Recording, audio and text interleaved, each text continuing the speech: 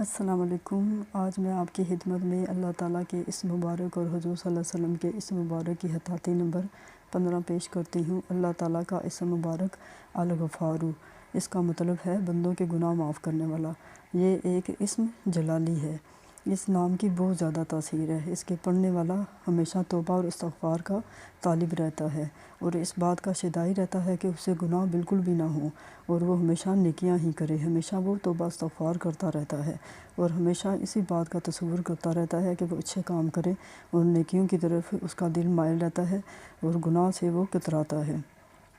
اس مبارک کی بہت زیادہ تاثیر ہے۔ اگر کوئی شخص جمعہ کی نماز کے بعد یا غفار اغفر لی ذنوبی 100 دفعہ پڑھے گا تو اللہ تعالیٰ اس کا نام بخشے ہوئے لوگوں میں درج کر دے گا۔ اس سے کوئی قسم کا حساب کتاب نہیں لیا جائے گا اور مرنے کے بعد وہ سیدھا جنت میں داخل ہوگا انشاءاللہ سے۔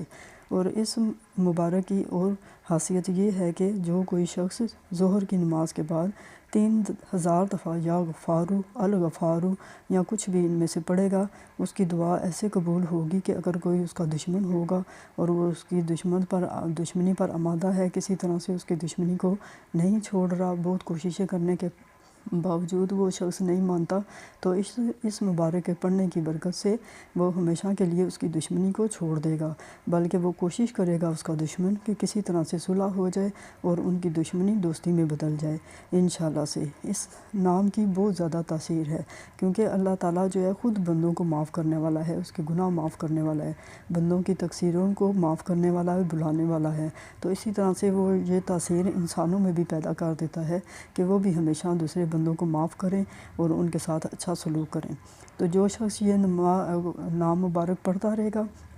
اس کے اندر بھی ایسی ہی صفت پیدا ہو جائے گی کہ وہ دوسروں کو معاف کرے گا اور اس کے اندر ایسی تاثیر پیدا ہوگی کہ کوئی اس کی دشمنی کے لیے آمادہ نہیں ہوگا، اور اگر کوئی دشمنی کرے گا بھی صحیح تو اس نام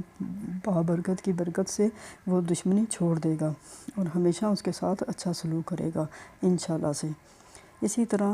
حضور صلی اللہ علیہ وسلم کا اسم مبارک بشیرن جو کہ الغفار کے اندر ہے،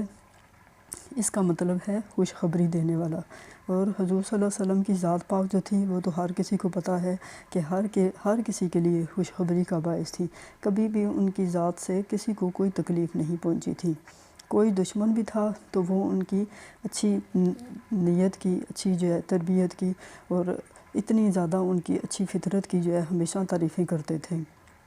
ان کی ذات جو تھی ہمیشہ دوسرے انسانوں کے لیے ایک خوشی کا باعث تھی۔ جب صحابہ کرام ان کے ارد گرد بیٹھے ہوتے تھے تو ان کا دل کرتا تھا کہ وہ ان کے پاس بیٹھے رہیں، اور اتنا ان کی جو تھی شخصیت پر رعب اور جلالی تھی اور اتنی نورانی تھی کہ کوئی ان کی طرف آنکھ اٹھانے کے بھی جو تھی جرأت نہیں کر سکتا تھا، اتنی رعبدار ان کی شخصیت تھی۔ لیکن اتنی محبت کرنے والے تھے، اتنا جو ہے احساس کرنے والے تھے اور دوسرے انسانوں کی تکلیفیں دور کرنے والے تھے کہ کوئی بھی جو بھی تھا ان کے صحابہ کرام تھے یا کوئی جاننے والے دوست اخبار سارے وہ ان کے پاس بیٹھنا بہت زیادہ پسند کرتے تھے، اور ان کا دل کرتا تھا کہ وہ آپ کی باتیں بس صرف سنتے رہیں اور آپ کے ایک اشارے پر جانیں قربان کرنے کے لیے بھی تیار ہو جاتے تھے۔ حالانکہ جب جہاد پر جانا ہوتا تھا حضور صلی اللہ علیہ وسلم خود ان کو دیکھ کر کہ بعض اوقات منع کر دیتے تھے۔ اگر کسی کے گھر میں کوئی پیچھے بوڑھا ہے یا پھر بیوی اکیلی ہے یا کوئی بچہ ہے تو حضور صلی اللہ علیہ وسلم خود احساس کرتے ہوئے ان کو روک دیتے ہوتے تھے کہ تم پیچھے گھر میں رہو، یہ جہاد سے بھی زیادہ بڑھ کر اس کا ثواب ہے۔ پھر بھی صحابہ کرام جو تھے ان کی یہی کوشش ہوتی تھی کہ وہ جو تھا حضور صلی اللہ علیہ وسلم کا ساتھ رکھیں۔ اگر آپ جہاد پہ گئے ہیں تو ان کی بھی کوشش ہوتی تھی ہم بھی آپ کے ساتھ جہاد پر جائیں اور آپ کے شانہ بشانہ رہیں، اور یہ سب آپ حضور صلی اللہ علیہ وسلم کی حسن شخصیت کا جادو تھا اور اتنا اثر ہوتا تھا کہ دشمن بھی آپ کے اسیر ہو جاتے تھے۔ اللہ تعالیٰ ہم سب کو ہدایت دے اور اللہ تعالیٰ ہم سب کے اندر ایسا ہی جذبہ ایمانی پیدا کرے کہ ہم ایمان پر چلنے کی کوشش کریں، لوگوں کے گناہوں کو معاف کرنے کی کوشش کریں اور ہر کسی کے ساتھ اچھا برتاؤ کرنے کی کوشش کریں، تاکہ ہمارے جو ہیں ہم اپنے اچھے اعمالوں کی وجہ سے دوسروں کی نظر میں اچھے رہیں اور اللہ کی نظر میں اچھے رہیں اور کسی کا دل ہماری طرف سے نہ دکھے انشاءاللہ سے۔ اللہ ہم کو ہدایت دے اور ہمیں نیک اعمال کرنے کی توفیق عطا کرے، آمین ثم آمین۔